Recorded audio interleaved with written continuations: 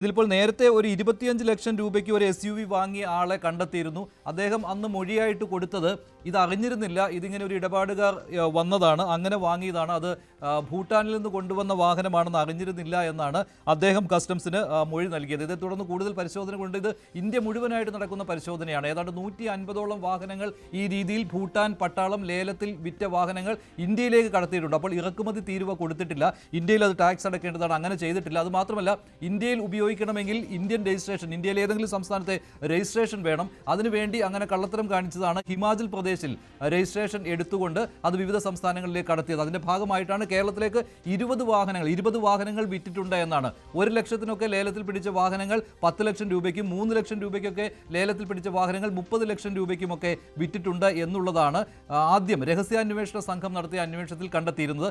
ഇതിന്റെ അടിസ്ഥാനത്തിലാണ് തുടരന്വേഷണം പ്രഖ്യാപിക്കുകയും ഇത് റവന്യൂ ഇന്റലിജൻസ് ഇക്കാര്യത്തിൽ ഇടപെട്ടിട്ടുണ്ട്, കസ്റ്റംസ് ഇടപെട്ടിട്ടുണ്ട്, കേരളത്തിൽ മോട്ടോർ വാഹന വകുപ്പും അന്വേഷണം നടത്തുന്നുണ്ട്. ഇപ്പോൾ ശ്രീ ഉപേന്ദ്ര നാരായണൻ, റോഡ് സേഫ്റ്റി വിദഗ്ധനായ ഉപേന്ദ്ര നാരായണൻ ചേരുകയാണ്. ശ്രീ ഉപേന്ദ്ര നാരായണൻ, ഇത് പതിവായി നടക്കുന്ന ഒരു കാര്യമാണോ ഇങ്ങനെ ഭൂട്ടാനിൽ നിന്ന് വാഹനങ്ങൾ ഇന്ത്യയിലേക്ക് കടത്തുന്നത്, അതിന്റെ ഭാഗമായി കേരളത്തിലേക്ക് കൊണ്ടുവരുന്നത്?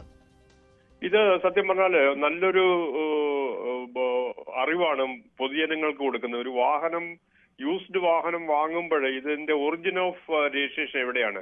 ഫോർ എക്സാമ്പിൾ, ഈ കാണുന്ന ന്യൂസിൽ കാണുന്നത് ലാൻഡ് റോവറിന്റെ ഡിഫൻഡർ 110 ഇഞ്ച് എന്ന് പറയുന്നത് ഡിഫൻസ് സ്പെസിഫിക്കേഷനിൽ മാത്രമുള്ള ഒരു വണ്ടിയാണ്. ഞാൻ ലാൻഡ് റോവർ ലിമിറ്റഡിൽ ജോലി ചെയ്തുള്ള ഒരു ഉദ്യോഗസ്ഥനായിരുന്നു ഇന്ത്യയിൽ തിരിച്ചു വരുന്നതിന് മുമ്പേ. അപ്പൊ ഡിഫൻസ് സ്പെസിഫിക്കേഷനിലുള്ള ഒരു 10 സീറ്റർ വാഹനമാണ് ഈ പിക്ചറിൽ കാണുന്ന ദുൽഖർ സൽമാന്റെ ഉടമസ്ഥതയിൽ ഇപ്പോ ഉള്ളത്. ഇത് നമ്മളിപ്പോ ഇന്ത്യയിലേക്ക് കൊണ്ടുവരണമെങ്കിൽ CCP, കസ്റ്റം ക്ലിയറൻസ് പെർമിറ്റ് എടുക്കണം. അതായത് നമ്മളുടെ പേരിലെ വിദേശത്ത് 5 കൊല്ലത്തോളം നാം വാങ്ങി ഉപയോഗിച്ച ശേഷം റൈറ്റ് ഹാൻഡ് ഡ്രൈവ് വാഹനങ്ങൾ മാത്രമേ ഇന്ത്യയിലേക്ക് കൊണ്ടുവരാൻ പറ്റുള്ളൂ. അങ്ങനെ എനിക്ക് 1983 ഇന്റർനാഷണൽ റാലിയിൽ ഫസ്റ്റ് പ്രൈസ് കിട്ടിയപ്പോഴും ഞാനൊരു ബെൻസ് കാർ എനിക്ക് റോയൽ ഫാമിലിക്ക് തന്നിരുന്നു. അത് ഞാൻ CCP എടുത്തിട്ട് ഇവിടെ കൊണ്ടുവന്ന് ഇപ്പോഴും എന്റെ പേരിൽ തന്നെ ഉണ്ട്. അപ്പോ ഇതെങ്ങനെയാണ് ഇതിന്റെ പ്രൊസീജിയർ എന്ന് പറയുന്നത്? നമ്മൾ കസ്റ്റംസ് ക്ലിയറൻസ് പെർമിറ്റ് CCP എടുക്കാതെ ഒരു വാഹനം കൊണ്ടുവരിക എന്ന് പറയുന്നത് കള്ളക്കടത്താണ്. ഇത് സംഭവിച്ചേക്കുന്ന ഭൂട്ടാനിൽ നിന്നോ നേപ്പാളിൽ നിന്നോ വാഹനം ഓടിച്ചു കൊണ്ടുവരാൻ, ഹിമാചലിലേക്ക് ഓടിച്ചു കൊണ്ടുവരാനുള്ള റോഡ് നെറ്റ്വർക്ക് നമുക്കുണ്ട്. അപ്പോ അങ്ങനെ ഇത് കൊണ്ടുവന്നിട്ട് ഹിമാചൽ പ്രദേശിലെ HP 52 എന്ന ഡിസ്ട്രിക്റ്റിലാണ് ഇത് രജിസ്റ്റർ ചെയ്തേക്കുന്നത്. അപ്പൊ ഇതിനകത്ത് ഏറ്റവും വലിയ കുറ്റവാളി എന്ന് പറയുന്നത് HP 52ന്റെ RTO ആണ്. അതായത് ഷിംല റൂറൽ അല്ലേ? ഷിംല റൂറലിലാണ് രജിസ്റ്റർ ചെയ്തിരിക്കുന്നത് HP 52. അതെ അതെ അതെ. അപ്പോ ഈ പട്ടാളത്തിന്റെ ഡിഫൻസ് സ്പെസിഫിക്കേഷൻ എന്ന് വെച്ചാൽ സാധാരണ സ്പെസിഫിക്കേഷൻ 12 വോൾട്ട് ബാറ്ററി ഒന്നുമല്ല.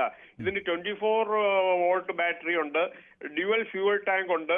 അങ്ങനെ ഡിഫൻസ് സ്പെസിഫിക്കേഷൻ സാധാരണ പ്രൊഡക്ഷൻ ലൈനിൽ നിന്ന് മാറ്റി പട്ടാളത്തിന് വേണ്ടി മാത്രം ഉപയോഗിക്കുന്ന വണ്ടിയാണ് ഈ പറഞ്ഞ ഡിഫൻഡർ 110. ഇത് പിന്നെ മറ്റുള്ളവർ വാങ്ങുന്നത് എങ്ങനെ? മറ്റുള്ളവർ വാങ്ങുന്നു ഇപ്പോൾ കേരളത്തിൽ ഈ നടന്മാർ വാങ്ങിയത് ഇത് അറിഞ്ഞുകൊണ്ട് തന്നെ ആയിരിക്കണമെന്നില്ലല്ലോ അല്ലേ? ഇത് അറിഞ്ഞേ കാണില്ല. അങ്ങനെ അത് മാത്രമല്ല, ഈ ദുൽഖർ സൽമാൻ ഇങ്ങനെയുള്ള വാഹനങ്ങളോട് വലിയ ക്രേസ് ഉണ്ട്. എന്റെ കയ്യിൽ നിന്ന് അദ്ദേഹം 2 വാഹനങ്ങൾ മേടിച്ചിട്ടുണ്ട്. ഒരു BMW 740യും ഒരു മെർസിഡസ് ബെൻസിന്റെ 190Dയും മേടിച്ചിട്ടുണ്ട്. അദ്ദേഹത്തിന് ക്ലാസിക് വാഹനങ്ങൾ എന്ന് വെച്ച് കഴിഞ്ഞാൽ ഒരു 80കൾ 90കളുടെ മോഡലുകൾ, ഞാൻ കാറ് കളക്ട് ചെയ്യുന്ന ആളാണ്. എന്നോട് 2 കാറ് ദുൽഖർ മേടിച്ചിട്ടുണ്ട്. അത് ഒന്ന് KL7 AK 444 എന്ന് പറഞ്ഞ BMW 740 Li. അത് ഇന്ത്യ 5 വണ്ടിയേ ഉള്ളൂ. ഞാനത് വാങ്ങിയത് നമ്മുടെ കോട്ടയത്തെ കുമരകം ബീച്ച് ലേക്ക് റിസോർട്ടിൽ നിന്നാണ്. അവർ ഇമ്പോർട്ട് ചെയ്ത വണ്ടിയാണ് എനിക്കിത് കിട്ടിയത്. അത് ഞാൻ ദുൽഖർ ചോദിച്ചപ്പോൾ ഞാൻ കൊടുത്തു. അങ്ങനെയാണ് ഞാൻ പറഞ്ഞത്. ഇതിന് ഈ സംഭവത്തിൽ വാങ്ങിച്ച പൃഥ്വിരാജിനോ നമ്മുടെ ദുൽഖർ സൽമാനോ യാതൊരുവിധ പങ്കും കാണില്ല. ഇത് ഡീലർമാര്, നമ്മുടെ എസ്പെഷ്യലി വടക്കേ ഇന്ത്യയിലുള്ള ഡീലർമാർ, എസ്പെഷ്യലി ഹിമാചൽ പ്രദേശിലെ ഡീലർമാര് അവിടുത്തെ ഒരു RTA സ്വാധീനിച്ചിട്ട് കള്ളക്കടത്ത് വണ്ടിയാണ് ഇത്. നേപ്പാളിൽ നിന്ന് അല്ലെങ്കിൽ ഭൂട്ടാനിൽ നിന്നൊക്കെ കൊണ്ടുവരുന്ന വണ്ടി ബൈ റോഡാണ് കൊണ്ടുവരുന്നത്. അവിടെ ബോർഡർ സെക്യൂരിറ്റി ചെക്ക് പോസ്റ്റിലൊക്കെ കാശ് കൊടുത്തിട്ട് കണ്ടം ചെയ്യുന്ന വണ്ടി 3 ലക്ഷം തൊട്ട് 5 ലക്ഷം രൂപ വരേക്ക് വണ്ടിയുടെ കണ്ടീഷൻ അനുസരിച്ച് വണ്ടി ലേലം ചെയ്യുമ്പോൾ കിട്ടും. ഇതും അങ്ങനെയാണല്ലേ? ഇത് 1 ലക്ഷം 3 ലക്ഷം 5 ലക്ഷം അങ്ങനെയൊക്കെ അല്ലേ? ഒരുപാട് പഴക്കം ചെന്ന വണ്ടികളും അല്ലല്ലേ, അവിടുത്തെ ഉയർന്ന ഉദ്യോഗസ്ഥർ ഉപയോഗിക്കുന്നതാണ് അല്ലേ, പിന്നെ കാർഗോ ആവശ്യങ്ങൾക്ക് ഉപയോഗിക്കുന്ന വാഹനങ്ങളും ഉണ്ടാവാം അല്ലേ? ഇത് brigadier level, major and brigadier ലെവലിലുള്ള ഹൈ റാങ്കിങ് ഓഫീസേഴ്സിന്റെ ഒഫീഷ്യൽ വണ്ടിയാണ് ഈ പറഞ്ഞ വണ്ടി. കാര്യം ലാൻഡ് റോവറിന്റെ ഒരു പ്രത്യേകതരം മോഡലാണ്, ഞാൻ സ്പെസിഫിക്കേഷൻ ഒക്കെ പറഞ്ഞല്ലോ. അപ്പൊ ഇത് ഒഫീഷ്യൽസ് ഉപയോഗിച്ചുകൊണ്ട് വണ്ടി കാലപ്പഴക്കം 15 കൊല്ലം കഴിയുമ്പോൾ അവർക്ക് പുതിയ വണ്ടി കൊടുക്കുമ്പോൾ പഴയ വണ്ടി ഇത് ഓപ്ഷൻ ചെയ്യും. ഓപ്ഷൻ ചെയ്യുമ്പോൾ സത്യം പറഞ്ഞാൽ ഇത് നേപ്പാളിലാണെങ്കിൽ നേപ്പാളിലുള്ള നാഷണൽസിനെ വാങ്ങാൻ പാടുള്ളൂ. ഇന്ത്യക്കാരെങ്ങനെ പോയി വാങ്ങിയെന്ന് എനിക്കറിയില്ല. അല്ല, അവിടെ വാങ്ങിയിട്ട് ഭൂട്ടാൻ സ്വദേശികൾ വാങ്ങിയിട്ട് അത് ഇടപാടുകാർ വഴി ഇങ്ങോട്ട് കൊണ്ടുവരും, അങ്ങനെയല്ലേ സംഭവിക്കുന്നത്? അതെ, ഇത് ബൈ റോഡ് ഓടിച്ചു കൊണ്ടുവന്നതാണ്. ഇതിനകത്ത് ഇന്ത്യൻ രജിസ്ട്രേഷൻ ആയിട്ടില്ല. കാര്യം ഇപ്പോ CCP കസ്റ്റംസ് ക്ലിയറൻസ് പെർമിറ്റ് എടുത്തിട്ട് ലേക്ക് ഒരു വിദേശ നിർമ്മിത വാഹനം കൊണ്ടുവരാൻ പറ്റുള്ളൂ. പിന്നെ ഇത് കൈമാറ്റം ചെയ്തിട്ടുണ്ടാവും, കൈമാറ്റം ചെയ്തിട്ടുണ്ടാവും അല്ലെ ഈ കാലഘട്ടത്തിൽ, ഈ സമയത്ത്? അതെ. ഇത് ഈ പറഞ്ഞ HP ഹിമാചൽ പ്രദേശിലെ 52ാം നമ്പർ RTO-കാരനാണ് ഇതിനകത്ത് ഏറ്റവും വലിയ കുറ്റവാളി. പിന്നെ ഡീലർമാരുണ്ടാവും, അവർ കാശ് കൊടുത്തതാണ്, ഇത് പിടിക്കപ്പെടില്ല എന്ന് ധരിച്ചു കാണും.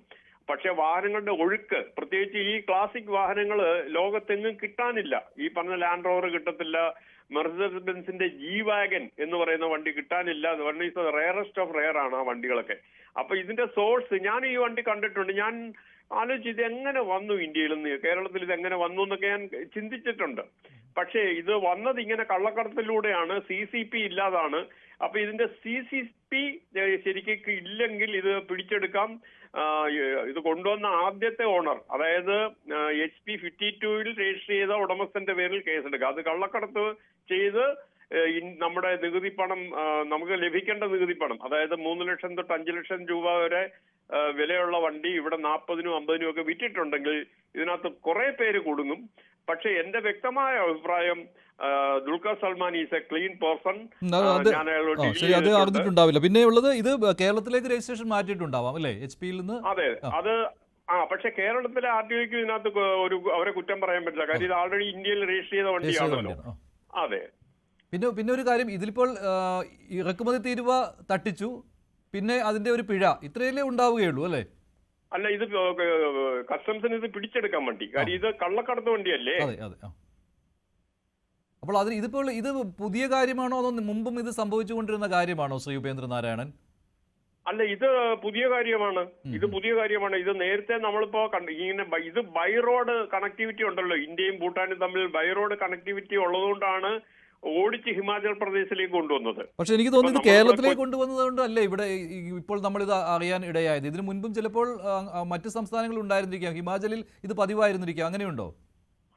തീർച്ചയായിട്ടും 200 വാഹനങ്ങൾ കൊണ്ടുവന്നിട്ടുണ്ടെങ്കിൽ ഇത് ബോംബെ, ഒന്നാമത് ഫിലിം സ്റ്റാർസിനൊക്കെ ഇതൊരു ക്രേസ് ആണ്. ആർമി ഉപയോഗിച്ച വണ്ടി ഉപയോഗിക്കുക, ഓഫ് റോഡ് ചെയ്യുക. ദിസ് ഈസ് ലാൻഡ് റോവറും മറ്റേ നിസാൻ പെട്രോളും വൺ ഓഫ് ദ ഏറ്റവും ഹില്ലി ടെറൈനിൽ ഓടിക്കേണ്ട വണ്ടിയാണ്. അതാണ് ഭൂട്ടാനിലെ ഡിഫൻസും മറ്റും ഇങ്ങനെയുള്ള വാഹനങ്ങൾ വാങ്ങുന്നതും. അവർ 15 കൊല്ലത്തിന് ശേഷം ഇതിനെ കണ്ടം ചെയ്തിട്ട് പിന്നെ ലേലത്തിൽ പിടിച്ചിട്ട് ഇതിനകത്തൊരു വലിയ കള്ളക്കടത്ത് സംഘമുണ്ട്. അപ്പൊ ഇതിനകത്ത് ഗോൾഡോ അല്ലെങ്കിൽ ഒപ്പിയമോ എന്തെങ്കിലുമൊക്കെ ഈ വണ്ടിക്കകത്ത് വെച്ച് കടത്തി കൊണ്ടുവരാൻ സാധ്യതയുണ്ട്. കാര്യം വിദേശത്തു നിന്ന് കൊണ്ടുവരുന്ന വാഹനങ്ങൾക്ക് ഇപ്പൊ ഞാൻ 1983 എന്റെ കാർ കൊച്ചിയിലേക്ക് കൊണ്ടുവരുന്ന സമയത്ത് ഒരു മസ്കറ്റിലുള്ള മാർവാടി എന്നോട് പറഞ്ഞു, ചേട്ടാ ഞാൻ അത് നിങ്ങളുടെ കസ്റ്റംസ് ഡ്യൂട്ടിയൊക്കെ ഞാൻ കൊടുത്തോളാം, ആ സ്പെയർ വീല് മാത്രം ഞാൻ എന്റെ സ്പെയർ വീല് വെക്കും. ഞാൻ ചോദിച്ചു എന്തിനാ നിങ്ങൾ വെക്കുന്നത്? അപ്പോഴാണ് അയാൾ പറഞ്ഞത് അത് ഗോൾഡ് കള്ളക്കടത്ത് ചെയ്യാനായിട്ട്. അപ്പൊ അങ്ങനെയൊക്കെ ചെയ്യാം. കാര്യം സ്പെയർ വീലൊന്നും കാര്യമായിട്ട് കസ്റ്റംസുകാർ ചെക്ക് ചെയ്യില്ലായിരുന്നു അന്ന് കാലത്ത്. അപ്പൊ ഒരു സ്പെയർ വീലിന്റെ വീൽ ഡിസ്കിന് തന്നെ ഏകദേശം 15 കിലോഗ്രാം ടു 20 കിലോഗ്രാം വെയിറ്റ് ഉണ്ട്. അപ്പൊ എങ്ങനെയുള്ള കള്ളക്കടത്ത് സംഘങ്ങളും ഇത് ഉപയോഗിക്കാറുണ്ട്. ഇതിപ്പോൾ ഒരു വ്യക്തിയെ കണ്ടെത്തിയിരുന്നു നേരത്തെ. അപ്പോൾ അദ്ദേഹം കൊടുത്തിരുന്ന മൊഴി 25 ലക്ഷം രൂപയ്ക്കാണ് അദ്ദേഹം SUV വാങ്ങിയത്. അദ്ദേഹം കൊടുത്ത മൊഴി ഇത് ഇന്ത്യൻ വാഹനമായിരുന്നു എന്നാണ് ഞാൻ അറിഞ്ഞിരുന്നത്, അതുകൊണ്ടാണ് സംഭവിച്ചു പോയതാണെന്നാണ് മൊഴി കൊടുത്തിരിക്കുന്നത്. അതെ, ഇതൊരു ഇപ്പൊ താങ്കളുടെ ന്യൂസ് പുറത്തു വിടുന്നത് ഇതൊരു വലിയ ഇൻഫർമേഷൻ ആണ്. സത്യം പറഞ്ഞാൽ നമ്മളൊരു വാഹനം വാങ്ങുന്നതിന് മുമ്പ് ഇതിന്റെ ഒറിജിൻ നോക്കണം, ഏത് രാജ്യത്തു നിന്നാണ് ഇത് വന്നത്. ഈ വിദേശ നിർമ്മിത വണ്ടികൾ വാങ്ങുന്നത് വളരെ ശ്രദ്ധിച്ചു വേണം. ഇങ്ങനെയുള്ള ഇപ്പോ ദുൽഖറോ പൃഥ്വിരാജോ അല്ലെങ്കിൽ മറ്റ് നടന്മാരോ മറ്റു വാങ്ങിയവരോ ഒന്നും തന്നെ അറിയുന്നില്ല. അവരുടെ വീട്ടിൽ പോലീസും DRI ഒക്കെ വരുമ്പോഴാണ് അറിയുന്നത് ഇങ്ങനെ ഒരു പൊല്ലാപ്പിലാണ് നമ്മൾ കാശുകൾ ലക്ഷക്കണക്കിന് രൂപ മുടക്കിയതെന്നുള്ളത്. പക്ഷെ ഇത്രയും വില കുറച്ച് കിട്ടുമ്പോൾ അവരത് നോക്കേണ്ടതല്ലേ? അല്ലേ? വലിയ വില കുറച്ചല്ലേ ഇവർക്ക് കിട്ടുന്നത് ഇത്? അല്ലല്ല, ഇത് ഈ പ്രത്യേകിച്ച് ദുൽഖറിന് മമ്മൂട്ടി സാറിനും ഒക്കെ തന്നെ ഗരാജ് ഉണ്ട്. ദേ കളക്ട് ക്ലാസിക് കാർസ്. ഓ, അപ്പൊ കൂടിയ വിലക്കാണ് അല്ലേ? അവര് കാർ എന്ന് പറയുന്നത് ഈ കാറുകളൊന്നും ഇനിയിപ്പോ കിട്ടാതെ പോകും. അങ്ങനെയാണ്. ഇപ്പൊ ഞാൻ പറഞ്ഞില്ലേ, എന്റെ 740 ഞാൻ ദുൽഖറിന് കൊടുക്കുമ്പോൾ ഞാൻ അത് കുമരകത്തുനിന്ന് മേടിച്ചതാണ്.